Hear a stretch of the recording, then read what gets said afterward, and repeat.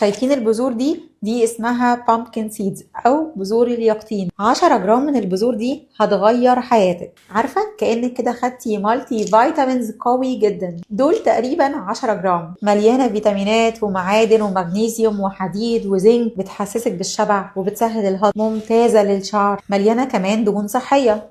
عارفين بقى اهم حاجه فيها ايه؟